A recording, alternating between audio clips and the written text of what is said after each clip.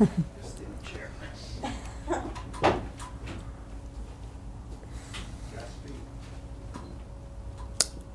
right. Okay, when you're ready, please, Bobbie. Well, Michael, it seems like only a couple of weeks ago we were sitting in a similar situation talking about Black Rain, which has managed to do pretty well for you. Yeah, yes, it's done very well. And one of the nicest things about Black Rain was how well it was received in Japan. Whenever you make a picture about somebody else's culture, you're always suspect. And the Japanese just loved the picture, so that's been great. So what has it grossed up till now about? Gee, I don't know. I think it's just begun opening here in this country. I think it's past 50 million, and overseas, I don't know. It just opened in Italy and Japan, but it's doing actually better business than Fatal Attraction was doing in Japan, and in both Japan and Italy. All right. So kids are going to have a good Christmas. Yeah, good. Let's talk about this movie. Sure. I remember I brought it up at the end of the Black Rain interview, and you indicated with your look and your body language kind of like, I don't know. So are you nervous about how this is going to be received? No, I mean, didn't appear to be. I mean, it's a, what I probably was indicating, it was that it's just such a unique film. It's just totally unique. I can't relate it to any other kind of picture I've seen, before, whatever. I never really worry about that, Bobbie. I tell you honestly, I make movies because you spend too much effort making a film not to do it because you want to do it. And I've been fortunate enough that what I wanted to do, there always appeared to be an audience out there who wanted to see it. And with War of the Roses, I have an opportunity to play a really different part, to do a comedy now, to kind of do a really kind of wild, broad, comedic type of character role, which I hadn't done before.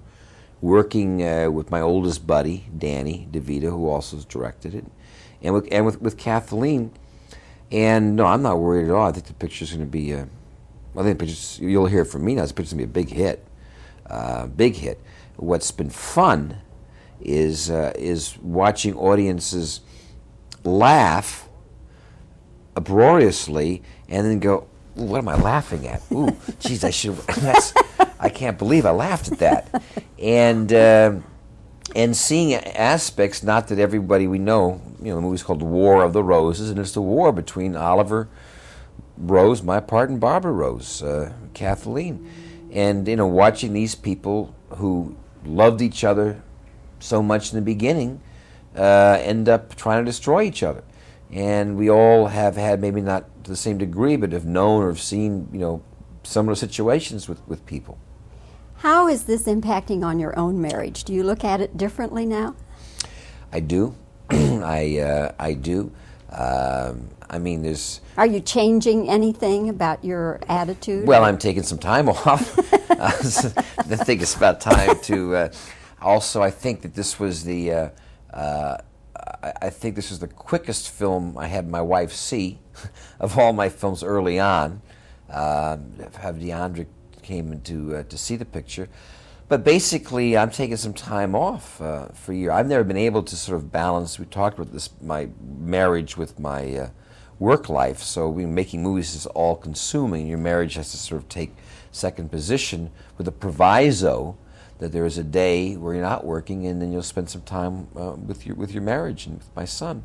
So that's what I'm doing now, and I think we're both being a little kinder to each other, and I do find that happens a lot in marriages, that we sometimes spend more effort being polite to strangers than we do to the person that's closest to us. And if anything we get out of War of the Roses, maybe we'll all be a little kinder to each other. The chandelier scene is absolutely super. Yeah. But yeah. I watched that and I thought, I could never do it. I could never hang up there like that. Well, we hung up there, and this is where Danny, I remember we were up there for 4 days, and it was not comfortable. And Danny used to look at us up there. He says, "You remember that mud in Mexico on Romancing, Michael?" He says, "Huh? You made me sit under that mule in Morocco and Jewel the Nile. Well, I'm paying you back, babe. So here you go." I said, "You're not getting down for a long time." That was very uncomfortable, yeah. And it was shot. I mean, it all looks fairly effortless and like it was just there, but we spent a lot of time up there. Do you think that some people are going to be disappointed and put off by the ending? And God forbid that we should give away the ending, but you know, in a picture like this, I'm sure you're going to get a mixed response. I saw it last night really for the first time. We had a lot of debate about the ending. Seeing it last night, there's no possible other alternative than that for when people, you know, go that far and break break all those edicts and codes, and how two civilized human beings can turn into the animals that they did. There was really nowhere else to go. And especially, which happens a lot in marriages when there is a possible divorce, is that not always do both people want the divorce. And if you have a situation where one desperately wants to keep the marriage going and one doesn't, I don't know what else you can do. But I saw it last night, and particularly with like Danny's little epilogue at the end, I found it very much of a pro-marriage picture. I really did. I found ultimately, you know, when he has that little thing when he's talking to that client, and the client walks out the door and he gets back on the phone and says, "Hi, honey, I love you." Very much of a pro-marriage picture. well, I hope it does well for you.